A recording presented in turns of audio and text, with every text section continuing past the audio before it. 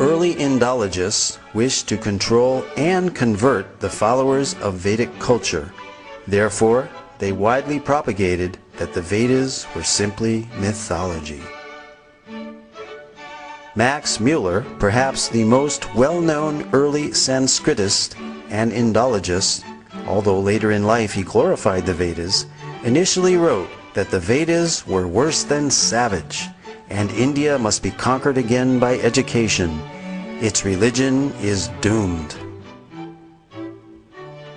Thomas Macaulay, who introduced English education into India, wanted to make the residents into a race that was Indian in blood and color, but English in taste, in opinion, in morals, and in intellect. However, the German philosopher Arthur Schopenhauer stated that the Sanskrit understanding of these Indologists was like that of young schoolboys. These early Indologists devised the Aryan invasion theory, denying India's Vedic past. They taught that the English educational system is superior.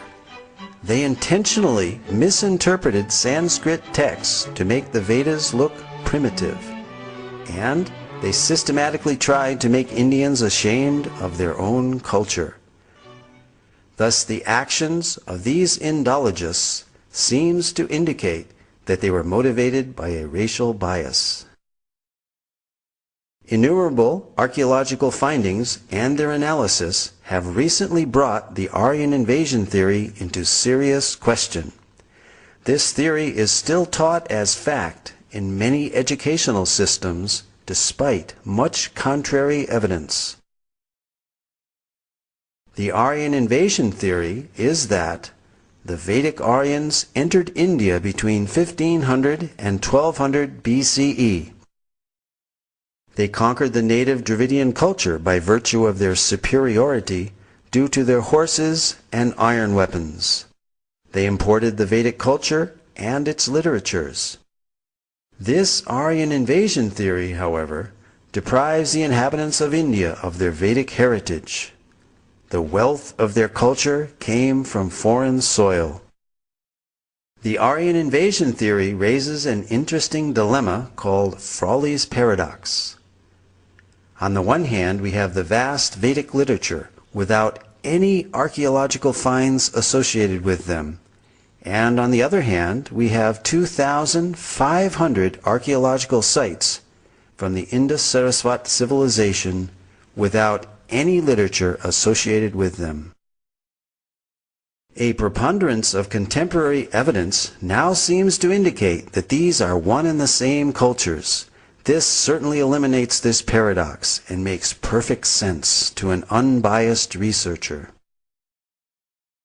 Facts which cast serious doubt on the Aryan invasion theory are: there is no evidence of an Aryan homeland outside of India mentioned anywhere in the Vedas. On the contrary, the Vedas speak of the mighty Saraswati River and other places indigenous to India. To date, no evidence for a foreign intrusion has been found, neither archaeological, linguistic, cultural, nor genetic. There are more than 2,500 archaeological sites, two-thirds of which are along the recently discovered dried-up Saraswati River bed. These sites show a cultural continuity with the Vedic literature from the early Harappan civilization up to the present-day India. Several independent studies of the drying up of the Saraswati riverbed all indicate the same time period of 1900 BCE. The significance of establishing this date for the drying up of the Saraswati River is that it pushes the date for the composition of the Rig Veda back to approximately 3000 BCE as enunciated by the Vedic literature itself.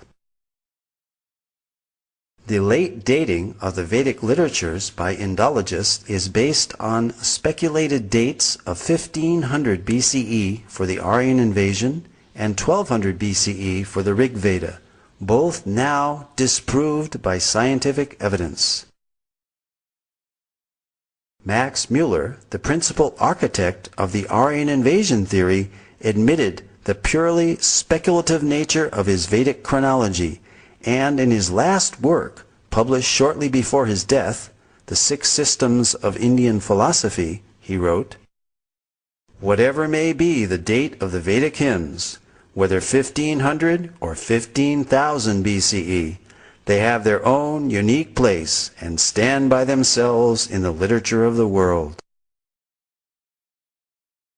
It can be scientifically proven that the Vedic culture is indigenous through archaeology, the study of cultural continuity, by linguistic analysis, and genetic research. For example, the language and symbolism found on the Harappan seals are very Vedic. We find on these seals the Om symbol, the leaf of the Asvata or holy banyan tree, as well as the swastika or sign of auspiciousness, mentioned throughout the Vedas. Om is mentioned in the Mundaka and Katha Upanishads, as well as the Bhagavad Gita. The holy Ashvata tree is mentioned in the Aitareya and Satapatha Brahmanas, as well as the Taittiriya Samhita and Katyayana Smriti. The pictorial script of these Harappan seals has been deciphered as consistently Vedic and termed Proto-Brahmi as a pre-Sanskrit script. High-resolution satellite images have verified descriptions in the Rig Veda of the descent of the ancient Saraswati River from its source in the Himalayas to the Arabian Sea. Pure in her course from the mountains to the ocean, alone of streams, Saraswati hath listened. The mighty Saraswati River and its civilization are referred to in the Rig Veda more than 50 times, proving that the drying up of the Saraswati River was subsequent to the origin of the Rig Veda, pushing this date of origin further back into antiquity, casting further doubt on the imaginary date for the so-called Aryan invasion. This satellite image clearly shows the Indus-Saraswati river system extending from the Himalayas to the Arabian Sea. Here, the Indus River is on the left, outlined in blue, while the Saraswati River basin is outlined in green. The black dots are the many archaeological sites or previous settlements along the banks of the now dry Saraswati River. The drying up of the Saraswati River around 1900 BCE is confirmed archaeologically. Following major tectonic movements or plate shifts in the Earth's crust, the primary cause of this drying up was due to the capture of the Saraswati River's main tributaries, the Sutlej and the Dristadvati, by other rivers.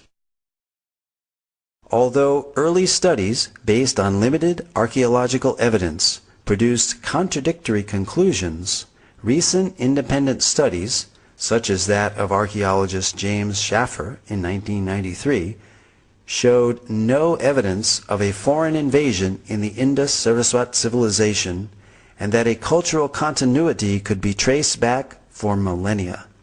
In other words, archaeology does not support the Aryan invasion theory.